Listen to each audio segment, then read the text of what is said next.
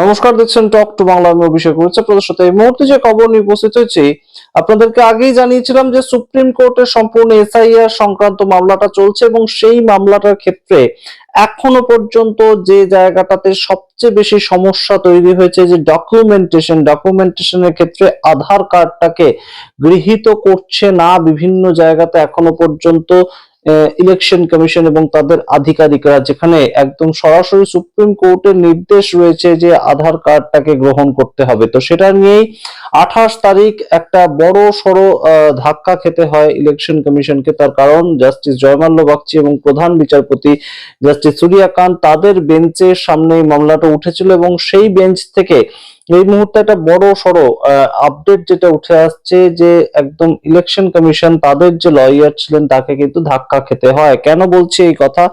আধার কার্ডের সম্পূর্ণ ইউজেস সেটাকে নিয়ে একটা পিটিশন জমা পড়েছিল এবং পিটিশনটা জমা দিয়েছিলেন অশ্বিনী উপাধ্যায়। আপনারা জানেন ভারতীয় জনতা পার্টির অত্যন্ত পরিচিত একজন নেতা দিল্লিতে। তো তিনি পেশায় আইনজীবী, যেহেতু সুপ্রিম কোর্টে তিনি এই পিটিশনটা জমা দিয়েছিলেন এবং তিনি এই মুহূর্তে সবচেয়ে গুরুত্বপূর্ণ যে প্রশ্নটা রেখেছিলেন যে আধার কার্ডকে কেন মানা হচ্ছে। একটা ইলেকশন কমিশন অফ ইন্ডিয়া তারা যখন এসআইআর করছে তখন সেখানে আধার কার্ডটাকে মান্যতা দেওয়া হচ্ছে কেন, এটা ছিল অশ্বিনী উপাধ্যায়ের প্রশ্ন। তো সেই ক্ষেত্রে বিজয় হানসারিয়া, তিনি একজন অ্যাডভোকেট হিসাবে আজকে এসেছিলেন ইলেকশন কমিশন অফ ইন্ডিয়া তাদের তরফ থেকে এবং তিনি বলেছিলেন Aadhaar is issued by privately run Aadhaar centers. It cannot be an relevant document for SIR. অর্থাৎ আধার যে একদম সরাসরি দেওয়া হয়, আধার যে ইস্যু করা হয় সেটা বিভিন্ন প্রাইভেটলি রান সেন্টার থেকে, আধার সেন্টার থেকে আধার কার্ড দেওয়া হয়, তাই সেগুলোকে এসআইআর এর কাজে সম্পূর্ণভাবে যে ব্যবহার করা সেটা কিন্তু সঠিক নয়। এবং তিনি আরো গুরুত্বপূর্ণ কথা কিছু বলেন। তিনি যে কথা বলেন তার উত্তরে সরাসরি জাস্টিস জয়মাল্য বাগচি তিনি যেমন প্রশ্ন ছুড়ে দেন, ঠিক উল্টো দিকে দাঁড়িয়েছিলেন, মামলাকারীদের পক্ষে দাঁড়িয়েছিলেন কপিল সিব্বল এবং তিনি কোর্টে আসার পরেই কিন্তু রীতিমতন আমরা দেখতে পাই যে বেশ খানিকটা চাপের পরিস্থিতি তৈরি হয় ইলেকশন কমিশন অফ ইন্ডিয়া তাদের জন্য। সমস্তটা কি ঘটেছিল বলবো বিস্তারিত, তার আগে অবশ্যই টক টু বাংলা ইউটিউব চ্যানেলটিকে সাবস্ক্রাইব করুন, এই ভিডিও শেষ অবধি দেখুন স্কিপ না করে। এই মুহূর্তে প্রথমেই আপনাদেরকে বললাম যে বিজয় হানসারিয়া তিনি কি বলেছিলেন ইলেকশন কমিশন অফ ইন্ডিয়া তাদের তরফ থেকে, যে আধার কার্ডকে মান্যতা দেওয়া যায় না। তার কারণটা হচ্ছে প্রাইভেটলি রান কিছু আধার সেন্টার তারা আধার কার্ডটাকে ইস্যু করে। তো সেই ক্ষেত্রে জাস্টিস জয়মাল্য বাগচি তার উত্তরটাও খুব সুন্দর ছিল। তিনি বলেন, do you know that even your passport issuance is outsourced to a private company. অর্থাৎ আপনার যে পাসপোর্টটা ইস্যু করা হয় সেটাও একটা প্রাইভেট কোম্পানি কিন্তু ইস্যু করে, সেটাও কিন্তু গভর্নমেন্ট অফ ইন্ডিয়ার তরফ থেকে ইস্যু করা হয় না। তাহলে সেই ক্ষেত্রে আপনি কি করে বলেন যে আধার কার্ডটাকে মান্যতা দেওয়া হবে না? শুধু এইটার ভিত্তিতে যে আধার কার্ডটা যারা ইস্যু করছে তারা আধার সেন্টার প্রাইভেট একটা সংস্থা এবং সেই জন্য আপনি মান্যতা দেবেন না। তো একদম সুপ্রিম কোর্ট সরাসরি প্রথম যে বক্তব্যটা রাখেন জয়মাল্য বাগচি জাস্টিস, তার তরফ থেকে প্রথমেই যেখানে আটকানো হয় যে আপনি বলছেন আধার কার্ডটাকে মান্যতা না দেওয়ার কারণটা কি, সেগুলো প্রাইভেট একটা সংস্থা তারা ইস্যু করে।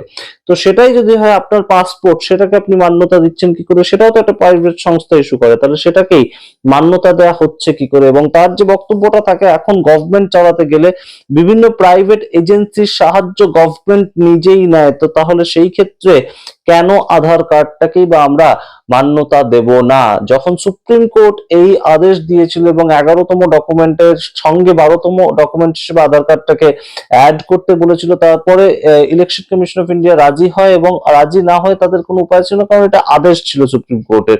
তো সেই জায়গা থেকে তারা সেই লিস্টের মধ্যে সেটাকে রাখে, কিন্তু সেই ক্ষেত্রেও কোনোভাবে মানা হচ্ছে না। তো সেই জায়গাটা নিয়ে আজকে প্রশ্ন ছিল। তার পরবর্তীতে আপনাদের জানাই যে এই বিজয় হানসারিয়া তিনি তার পরবর্তীতে তার যে আর্গুমেন্ট সেটা রাখেন যে আধার কার্ড যে কোনো রেসিডেন্ট, ভারতবর্ষের যে কোনো জায়গায় বিভিন্ন রেসিডেন্ট তারা আধার সেন্টারকে অ্যাপ্লাই করে পেতেই পারেন, কিন্তু তাতে সিটিজেনশিপ সেটা প্রমাণিত হয় না। এবং আধার কার্ড আপনারা যদি দেখেন ভালো করে, আধার কার্ডের ওপর একদম বড় বড় করে লেখা থাকে আজ আধার কার্ড নাগরিকত্বের পরিচয় বহন করে না, এটাতে লেখাই তো থাকে। তাহলে সেটা নিয়ে যে সিটিজেনশিপ দেওয়া সেটার তো কোনো প্রশ্নই আসে না। তাহলে সেই জায়গা থেকে আধার কার্ড যে কোনো রেসিডেন্ট তারা পেতেই পারে, কিন্তু সেটার মাধ্যমে সিটিজেনশিপ আসতে পারে না, সেইটাকে বলছে বলছেন বিজয় হানসারিয়া, এবং সেই ক্ষেত্রে সুপ্রিম কোর্টের পক্ষ থেকে জাস্টিস জয়মাল্য বাগচি তিনি সঙ্গে সঙ্গে উত্তর দেন, Aadhaar is an acknowledge document of identity. We have always said the ECI can verify the Aadhaar. অর্থাৎ আমরা তো কখনো বলিনি যে আধার কার্ড দিয়ে নাম তুলতে।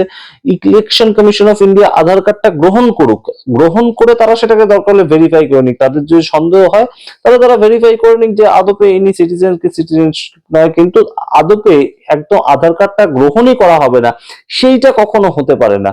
গ্রহণ করে তারা ভেরিফাই করুক, তার পরবর্তীতে তাদের যদি সন্দেহ হয় তারা আনম্যাপ করে দিক, কিন্তু সেই জায়গা থেকে কেন আধার কার্ডটাকে গ্রহণই করা হবে না এসআইআর ডকুমেন্ট হিসেবে, সেইটা হচ্ছে প্রশ্ন।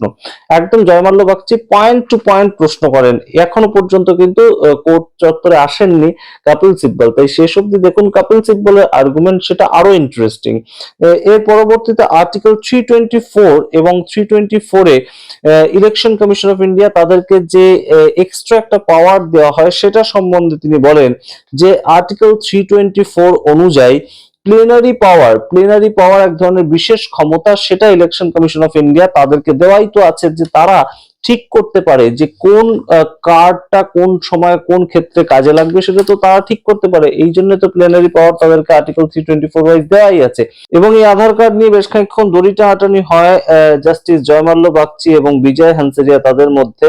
তো সেই সামগ্রিক বিষয়টা যখন শেষ হয় তখন কোর্টরুমে আসেন একদম কপিল সিব্বল, এবং তিনি এই সমস্তের মধ্যেই যাননি, তিনি একদম একটা সহজ প্রশ্ন নিয়ে তার আর্গুমেন্টটা শুরু করেন। তিনি বলেন যে আমরা কেন এটা ভাবছি যে সিটিজেনশিপ দেবে বা সিটিজেনশিপের কথা সেটা ধার্য করবে ইলেকশন কমিশনের 324 আর্টিকেল 324 এবং আর্টিকেল 326 ওয়াইজ এরকম কোনো ক্ষমতাই নেই যে তারা ঠিক করবে নাগরিকত্ব, কার নাগরিকত্ব আছে এবং কার নাগরিকত্ব নেই। তাহলে সেই ক্ষেত্রে ইলেকশন কমিশন ঠিক করার কে? একদম চোখা প্রশ্ন করেন। কোন ধরনের কোনো আধার কার্ড বা অন্য কোনো কার্ড, আইডেন্টি কার্ড, এইসব নিয়ে কথাই বলেনি কপিল সিব্বল।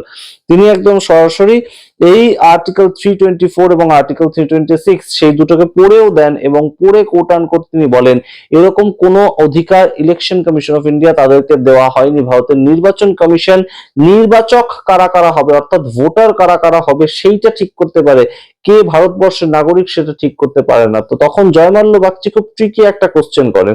তিনি বলেন যে তাহলে ভারতের নাগরিকত্ব আপনার যদি আছে কি নেই, সেই নাগরিকত্ব সেটা কে ঠিক করবে?